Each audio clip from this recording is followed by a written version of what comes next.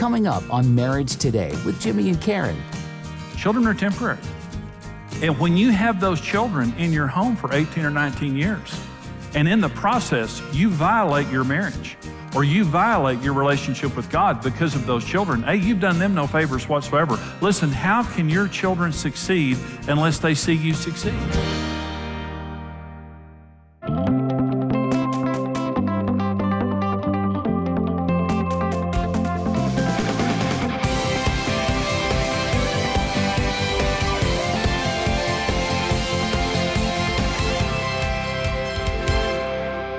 Raising great children as you build a great marriage. We're going to talk about three principles, very simple principles that are very profound. And I promise if you do these principles, because everybody can do it, it's a very simple thing. These three principles will cause you to succeed. And when couples do not succeed in being married successfully and raising great kids, it's because somewhere along the line, these principles were forsaken. So principle number one of the three, marriage precedes children in priority. Now, you know, I know that you believe that, but let me tell you about something that's real common. And again, this is innocent and it's right in some ways, but sometimes you'll hear people say, nothing is as important to me as my children. There was a program on one day, it was on television, it was a talk show, and they had mothers behind the scenes, and they didn't know that their husbands were watching from the other room, okay? So there were the husbands in one room, the wives in the other room, and they were talking about their children. And these women were going around the room and they were saying, nothing is as important to me as my children. And it sounds great. I mean, it sounds like a good, wholesome American thing to say. Well, what they didn't know is their husbands were in the other room talking about how frustrated and violated they were that they didn't get enough of their wives because they were always busy mothering their children. These husbands were bitter and frustrated and angry, and the mothers were saying, nothing is important to me as my children. Well, fathers can do the same thing. So I'm not picking on women. I'm saying, if you in your heart or in your mind think, nothing is as important to me as my children, you're wrong. There are two things more important than your children. The first is God, and the second is your marriage. Those two things are more important than your children. And then once those things are set, then your children are the third most important thing in your life. And let me talk about why this is such an important principle. Your relationship with God and your marriage is what makes you into a great parent. When you wake up every day and you have a relationship with God, God heals you, God fills you, God loves you, God gives you wisdom, God gives you strength, God solves problems that nobody else can solve. God enables us to be parents. Galatians 5 tells us about the fruits of the Holy Spirit. It's love, joy, peace, patience, kindness, goodness, faithfulness, gentleness, and self-control. Those are the 9 relational qualities that make you a great spouse and a great parent, and they come free from God. But we don't have them on our own. We have a very shallow veneer in and of ourselves. But with God's, listen, it's amazing how petty we can be under pressure as people so quickly. But under the power of the Holy Spirit, it is amazing how godly we can be under pressure. It makes all the difference in the world. When I wake up in the morning and I pray and I depend on God, it is amazing what I can do that day because I depended on God as a husband and as a father. But when I don't wake up and depend on God, it is amazing how carnal I can be. It is amazing the things that I can say and do that disappoint me in myself. And so, A, I've got to have God. And B, I need my spouse. My marriage meets needs in me that God and my marriage meet, 95% of the needs in my life. So as a happy person, because I know God, and then because of a happy man, because I know Karen, and we have a great marriage, I'm ready to parent. I'm not overly needy. I've got my needs met. I've got my priorities right. And my children's security comes from that. When your children see you happy, they're happy. When your children see you secure, they're secure. Research finds, children internalize issues. And research finds that if parents are fighting and never say anything, that children can pick up on the tension and their relationship, and they will internalize that and begin to get sick. Even if you're not fighting in front of them. If you're not happy in your relationship, if you're struggling in your relationship, I'm talking about long term because we all have issues from time to time, but if you're struggling in your relationship, your children's security comes from you being secure. You can't be secure in your children. You're secure from God in your marriage, especially God. And so marriage comes before children. God comes before children. And then our children are precious and they deserve the best of us except for God and our spouse. Children are temporary. And when you have those children in your home for 18 or 19 years, and in the process, you violate your marriage or you violate your relationship with God because of those children, hey, you've done them no favors whatsoever. Listen, how can your children succeed unless they see you succeed? See, we showed them a successful relationship. Let me say this another way, and I want you to listen to what I'm saying, and this might sound arrogant, but it's not arrogant. You need to make this statement. I want my children to be just like me. If you don't want your children to be just like you don't understand parenting because it's more caught than taught. Your life speaks louder than your lips. They are studying your priorities, they're studying your attitudes, they're studying the way you resolve conflict, they're studying your values, they're studying your relationship with God and your beliefs in God. They're studying not just what you're saying now, they're studying the way you're living your life. And so here's what I said, Karen and I said related to us. I want my children to be just like me. I want them to have a church just like me. I want them to have a relationship with the Lord just like me. I want them to have a marriage just like me, whatever. But actually, my kids are better than us. Our kids are better than us. I mean, our kids have taken it to the next level. I am so proud of them. They're better parents than we were.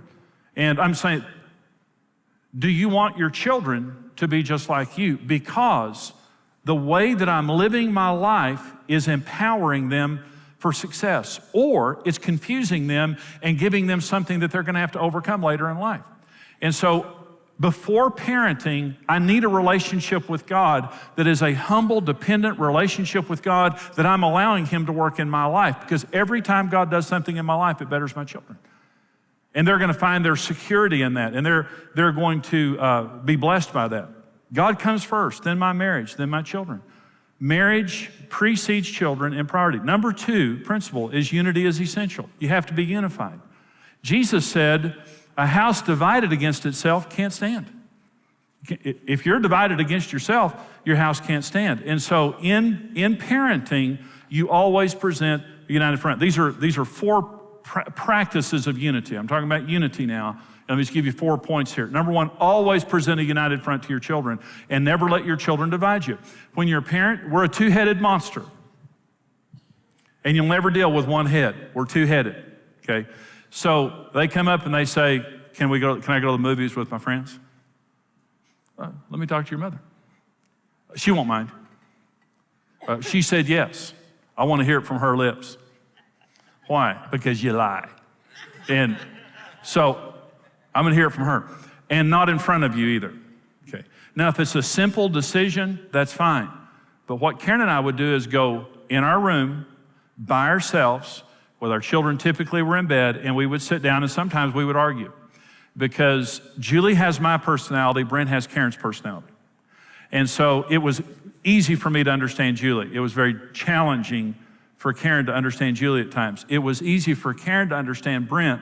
It was hard for me to understand Brent, okay? And so we would sit down and talk, and we would represent the kids to each other, always knowing that our marriage was more important than our children. But sometimes we would have to sit there and talk to each other, and I'd say, Karen, you don't understand what Julie's saying. And she said, I know exactly what she's saying. I'm a woman, you're not, I know exactly. I said, no, you don't. Like this. So we would sit there and we'd have those conversations, and at the end of the conversation, we would say, this is what we're gonna do, right? Okay? We would walk out. They didn't know anything about the conversation. The only thing they knew is mom and dad was a 2-headed monster. You're gonna get both of us, and we're both saying exactly the same thing, not this. Well, I'd let you go, but your mother won't. Well, what does that say to kids? You're divided at that point. A house divided against itself cannot stand. We are unified on everything that we do. Number 2, always honor each other in front of your children and make your children honor your spouse. You never disrespect each other. in front of your children. So if our kids, like I'm sitting there, in the living room, and I would hear Julie or Brent disrespect Karen, I never made Karen defend herself. I'd say, I don't know, you don't talk to your mother that way. Unity means what you do to her, you did to me. Division means you can pick on them all day long, and I'm just going to sit here and watch it. I'm just a spectator. When I heard a tone in their voice, anything like that, I would get up and I'd walk in there and say, you don't talk to your mother that way. You apologize to your mother. Like that. And they knew, you pick a fight with her, you got to fight with Dad. And the same was true of Karen. And so always honor if you have something to say, you say it behind closed doors, but don't put each other down. When your kids are around, don't be sarcastic, don't be demeaning. And if your children, because if you do, the kids will pick up on that. And they're going to do the same thing. So always honor each other. Number 3, never allow a significant difference to develop in how you express love or enforce discipline. Now, this is the good cop, bad cop thing. And this comes into extremes. Your children need both of you to be affectionate with them. And your children need both of you to discipline them. Sometimes the man at a certain age has to be the one that enforces the discipline, okay? Just simply for size or whatever it is. But you both are empowered to discipline, and you both support each other in discipline. But the horrible thing is, see, when one parent is a goof off, the other parent has to become more stern in order to bring a balance in the family. When one spouse is out of control, the other spouse will go the opposite extreme to gain control. If you're a spendthrift, I'm gonna rat hole money. But we're not unified, okay? If you're a goof off and you're too fun and you're too permissive with the kids, then I'm gonna have to be more stern and be the disciplinarian. And what happens is, because now I'm the disciplinarian, I'm not able to show the affection. You've robbed me of the ability to show the affection that I would show, because now I've got to be the disciplinarian. Come together and make this commitment. Children need affection from their mother and father. You don't make the woman the affectionate person or the man the affectionate person. Say, well, you're sweeter than me and you're more affectionate and natural than me. You give kids the affection. Their sexual and emotional development is very, very tied to the affection and attention they get from both sexes. Both sexes. So they both need you to affirm them verbally and be affectionate. And they both need you to express discipline both in healthy ways as a united front. Don't get into the good cop, bad cop thing. They need two parents loving each other and getting along. Number 4, go outside of your marriage for counseling and input when you reach an impasse. Go outside your marriage. Your kids sometimes can push you to the wall, and I mean, you're just not objective. So Karen and I were committed to every principle I'm talking to right now. We got to a circumstance we couldn't solve, and we couldn't talk it out. And it went on for a while. And we had a disagreement about one of our kids. And our kids were great kids. But, the kids challenge you. And we had a circumstance that came up that I had an opinion on and she had an opinion on. And it happened every day. It wasn't like one of those things that comes up every 6 months. It was everyday event within our family. And so we were challenged on this. So I was a pastor. And I told Karen one day, I said, pick who you want to go to, and we'll go to them, and I'll submit to whatever they say. And she said, well, who do you feel comfortable with? So we talked about who we felt comfortable with, and it was a pastor. And it was a woman. And so we walked into this woman's office that we both respected, and here's what I said. Now, we're not here just to get your advice. We're here to submit to your counsel. We have an impasse in our family, and there's something going on with one of our children that we cannot solve. So we're not going to argue with you. We're going to tell you what's happening, and whatever you say is going to be God's voice to us. We've already decided that, okay? So she said, well, tell me what's happening. So Karen gave her side, and I gave my side. And she said, Jimmy, you're wrong. I was wrong. Karen was right. Karen contended with me on that issue, but I couldn't see it. I was too emotionally involved, and I was strongly opinionated, and I just couldn't see it. Let me say, thank God for that woman that counseled us. Thank God. And thank God that I walked in there submitted and not arguing, because she took Karen's side. But it wasn't Karen's side, it was God's side, because Karen was right. So when you reach an impasse, don't let it destroy your marriage. Don't let it take you out. Everybody comes to those points. Everyone's going to come to times in your marriage, and as parents, you can't solve the problem on your own. And here's what we taught our children. Getting help is not a sign of weakness, it's a sign of wisdom. Wise people get help. Rich people have financial counselors all around them. People going broke won't even read a book on money. People who are successful parents are in seminars just like this. But people whose kids are falling apart and they don't have any hope, they won't take any advice. So you have a teachable spirit, you get help, and it's just part of the mindset of success. There's one other thing, real quickly. This is the third principle. Marriage precedes the priority of children, which is very critical, okay? And so unity is essential. We have to be a united front. Doesn't mean we don't disagree, but we don't disagree in front of the kids. We're a team here. Number 3, parenting takes faith. It takes faith. You've got to be faith-filled to parent, especially in the days that we're living in. Now let's listen to Scripture, and I know you've heard this before, Proverbs 22:6. Train up a child in the way that he should go, and when he is old, he will not depart from it. Okay, train him up. Now, training doesn't mean talking. Training means showing. It includes telling, but it means living in front of. I'm going to train you how to, sit there and watch me, I'm going to train you how to do this. That's training. Sit there and watch me, I'm going to do it, and I'm going to talk to you, but I'm going to show you how to do it. Okay, talking is teaching, it's not training.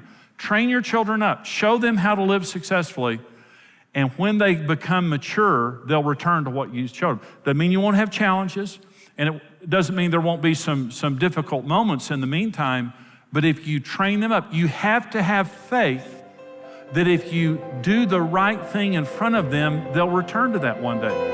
Well, I hope this teaching today was a blessing to you. You know, this teaching today is part of a fuller seminar that I do called Marriage on the Rock. And Marriage on the Rock is a 10-part seminar. And in that seminar, we just talk about the foundational issues of marriage that saved our marriage, literally.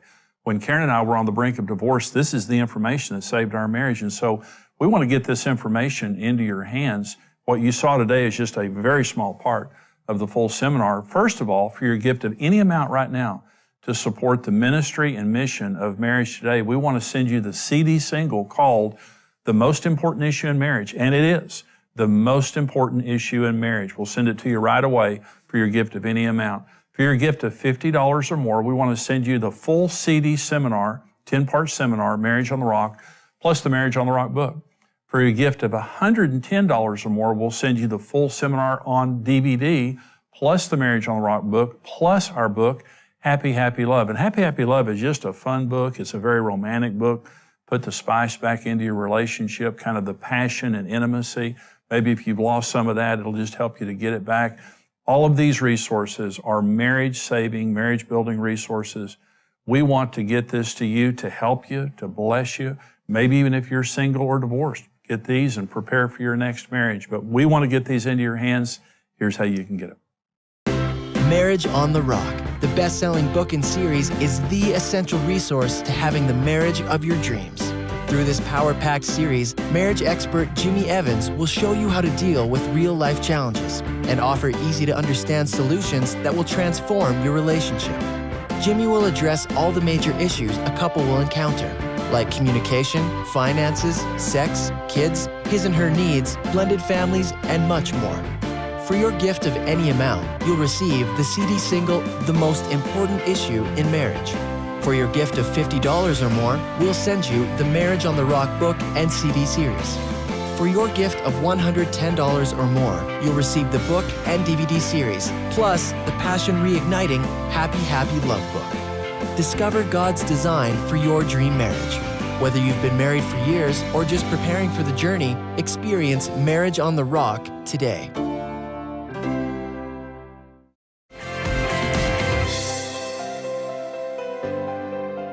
Well, this program today is on raising great children as you build a great marriage. And the important thing, Karen, is that you do both. Yeah. You know, you can have a great marriage and not raise great children. You can have wonderful children, and then when they leave home, your marriage falls apart.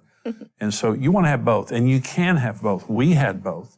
And so we have some questions from some of our viewers and that they've written in concerning children, and we want to answer some of these questions. Karen, I think That's right. Jimmy, in this age of smartphones, social media, and even virtual reality, how do you help your kids use technology wisely and yet not become addicted?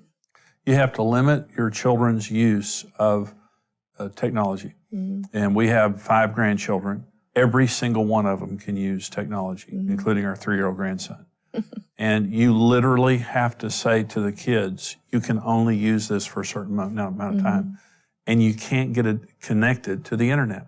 See, once your children can get connected to the internet, it is a very, very dangerous thing. And they're smarter than you think. They're smarter than you think, and unless you're standing there with them, over 50% of parents say they're too busy to monitor their children's internet activities. Let me just tell you something. The internet is an extremely dangerous place where your child can see and hear things that are unthinkable.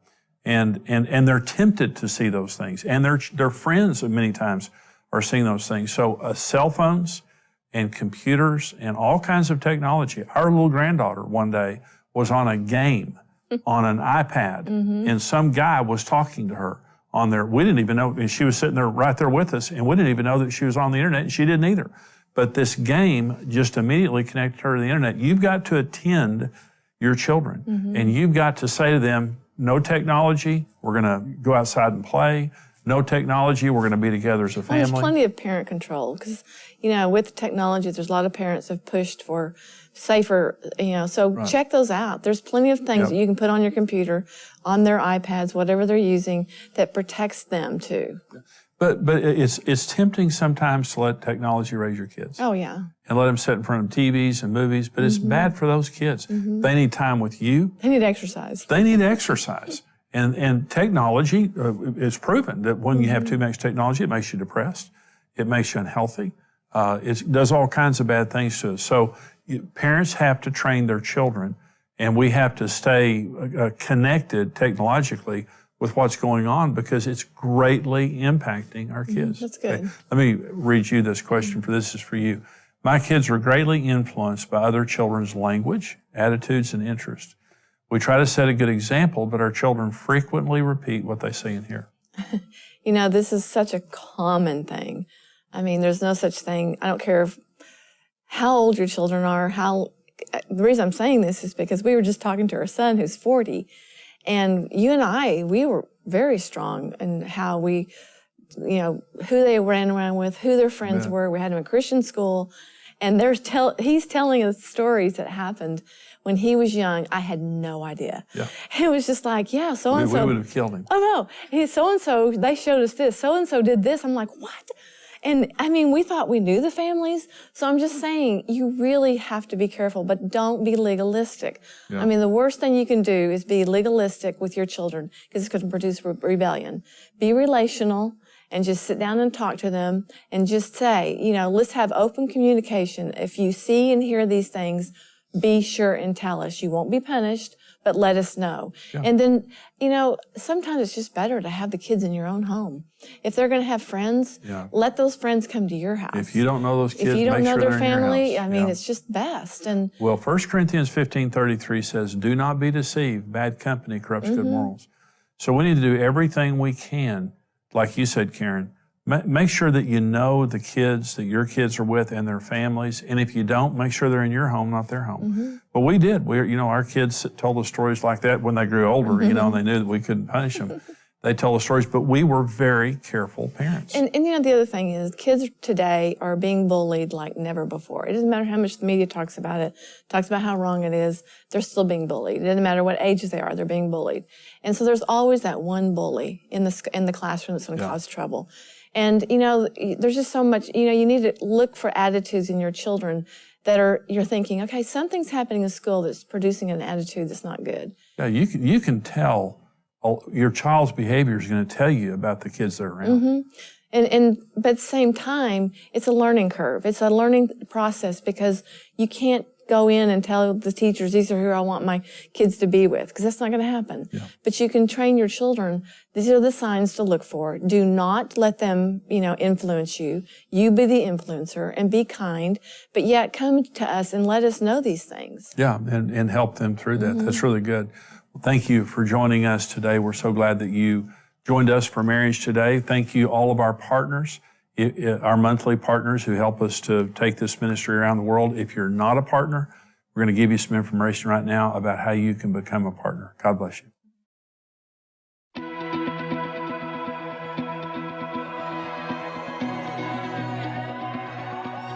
We all enter into marriage confident a happy, fulfilling life is in front of us. Over time, life's journeys can quickly deflate those expectations, and we're left feeling like we've fallen out of love. But with the right information and a mutual commitment to success, a better marriage is possible. Become a rock-solid partner and gain instant access to practical marriage help in topics ranging from communication, needs, and intimacy, as well as blended families, intentional dating, spiritual health, and much more. Marriage Today exists to help every person succeed in marriage. With your help, we can continue raising a standard for marriage and reverse the curse of family breakup in order to rebuild the nations one home at a time. That's why we're tied into the ministry. We want to be able to bless and give so they can keep doing what they're doing.